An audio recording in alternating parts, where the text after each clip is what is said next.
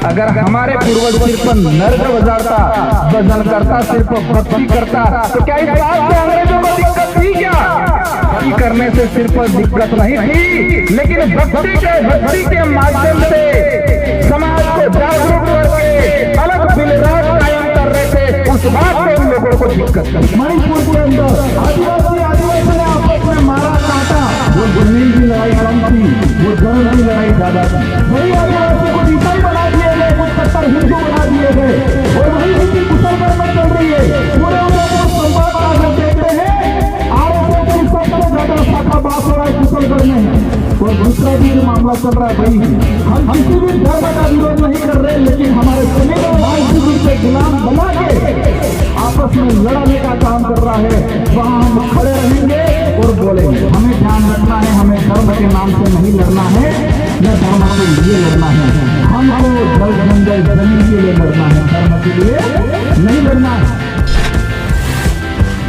भक्ति के माध्यम से समाज में जन जागरण करने वाले संत सुरमाल महाराज, मालवी महाराज, और साथ ही इस इलाके के अंदर मामा बालेश्वर, जिन्होंने आदिवासी बाहुल्य क्षेत्र के अंदर इस समाज को एकजुट करके इस समाज के लिए, हक अधिकार के लिए, स्वाभिमान के लिए अंग्रेजों से लड़ाई लड़ी, राजा रजवाड़ों से लड़ाई लड़ी। इन समस्त महापुरुषों को, इन गुरुओं को नमन करते हुए मेरी बात को शुरू करना चाहूंगा।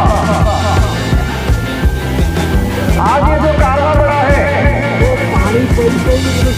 रास्ते में लोग आ रहे हैं, ये किसी के बुलाए हुए भीड़ नहीं है।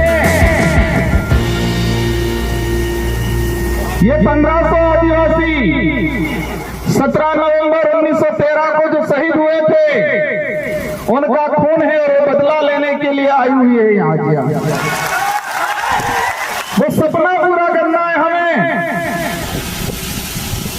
बड़े दुख की बात है कि 1913 में एक ही दिन में लाखों की जो संख्या इकट्ठी हुई थी गोविंद गुरु महाराज के नेतृत्व में, इसी पहाड़ी पे, इसी पहाड़ों पे आसपास के।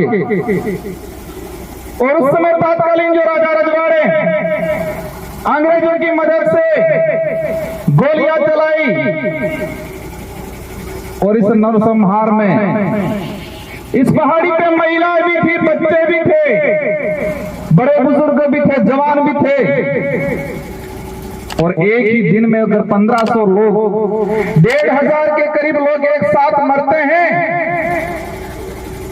तो आसपास का जो मध्य प्रदेश, वर्तमान में राजस्थान, गुजरात, महाराष्ट्र, जो उस समय बिल टेरिटरी के नाम से जाना जाता था, उस इलाके में क्या स्थिति बनी होगी। हम देखते हैं हमारे गांव में, अगर गांव में कोई एक्सीडेंट हो जाता है कि व्यक्ति मरता है, तो पूरे गांव को तकलीफ होती है, पूरा गांव दुखी होता है, पूरा गांव शोक व्यक्त करता है। और जिस परिवार का व्यक्ति की डेथ हुई है, वो परिवार सालों तक ऊपर नहीं आ पाता है।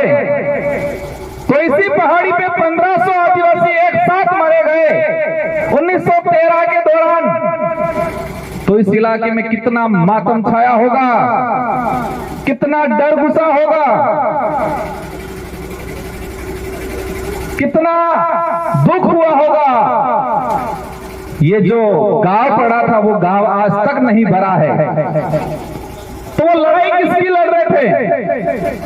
मैं इन इतिहासकारों को कहना चाहूंगा, जिन इतिहासकारों ने बिल प्रांत की मांग को लेकर यहाँ पर भक्ति के माध्यम से आंदोलन खड़ा किया था,